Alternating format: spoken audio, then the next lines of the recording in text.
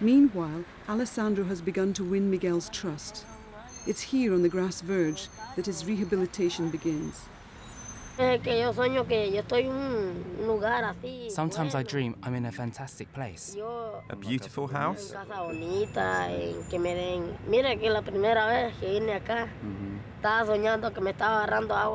In a beautiful house. When I arrived here, I dreamt I went away with the wife of the president of Honduras. I said to myself, if only it was true. I was dreaming that I was glue sniffing. I had a full pot of glue, and the president's wife was passing by and she stopped her car. I said, hello. She answered, would you like to come home with me? Then I asked, where is it?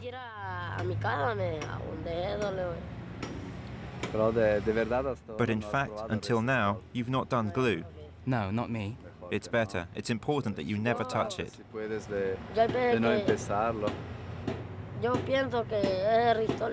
I think glue is bad.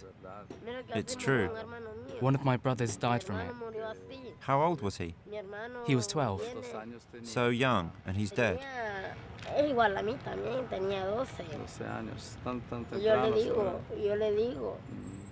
I told him, don't do that. But nonetheless, he sent me to buy it. But I wouldn't bring back any. I told him there wasn't any. So he went to buy it himself, and then he died. Sometimes I dream about my mother. As well? I dream about my father, that someone points a gun at my father like that. Sometimes I cry at night. Do you miss your parents a lot? Yes, but I'm thinking perhaps you could help me a little. We can help you if you come to the MSF Center. There you can see a doctor. You can talk to me. You can play, take a bath, wash your clothes. We can help you.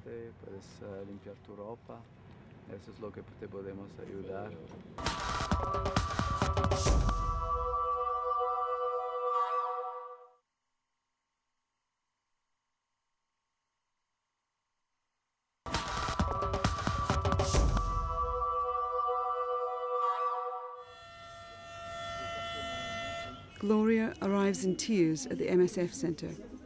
She tells Charlotte Julien, one of the counsellors, that her boyfriend has just been shot at. Someone was prepared to kill him to steal 20 lempiras, the equivalent of $1. They leave for the hospital. Charlotte wants to know if the story is true and if Gloria's boyfriend is being treated properly. I didn't want to hand over my 20 lempiras. I held onto them tightly, like that. He said, I'm going to shoot you. When he first fired at me, I ran. But my body was weak and I couldn't move my hand anymore. That's where he shot you first? This is where he shot me first, and here next. The second bullet is still inside me. The first one went right through me. Je suis venue à 3 ans comme volontaire avec I came here 3 years ago as a volunteer with an exchange agency, and I liked the contact with street children. I felt like learning more about them, so I decided to write my sociology master's paper on that topic. That's when I met MSF. I don't think we'll be able to eliminate the problem of street children. It's a global problem. But through engaging with each child individually, we can try to do something. When you can be killed for $1, no one is safe. But Tegucigalpa is not so very different from cities throughout the developing world. Those who have the means live behind the barbed wire barricades, with surveillance cameras, electric fences and private security guards. Prosperous firms can afford to pay armed guards round the clock. Those not so well off rely on metal bars.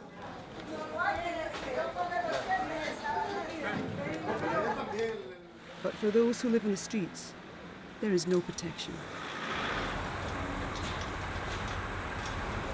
It'll soon be dark, and Miguel will sleep in the long grass, hoping not to be spotted from the bridge. At night, solitary street kids are prey for sex offenders and murderers.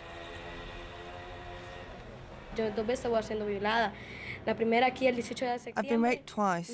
The first time was here in the district of Cerro Grande. There were 5 boys, all members of a gang.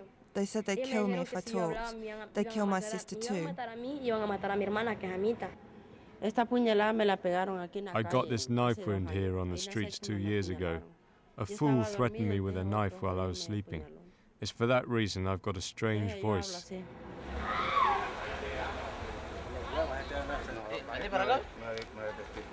Nightly, the police battle against the gangs. Understaffed and under-equipped, the police have to content themselves with token successes in the fight against organised crime. They're unable to change much, given the level of gang violence. A good haul, all the same, at the start of the night. 22 automatic weapons and 2 kilos of cocaine. While the police continue their rounds, a team from MSF risks a nocturnal visit to a squat in the city centre. Abraham Membreno has worked for 4 years as a counsellor with children from the streets. He joined MSF when it opened the centre. Around 40 youngsters spend the night here. They bring cardboard boxes and plastic to make a bed. Tonight, we've come to talk to them about AIDS prevention and sexually transmitted diseases.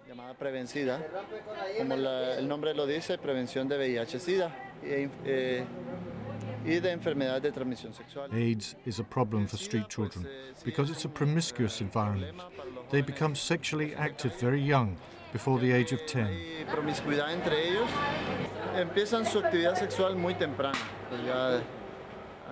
Generally, it's not their choice, as they start their sexual life by being raped.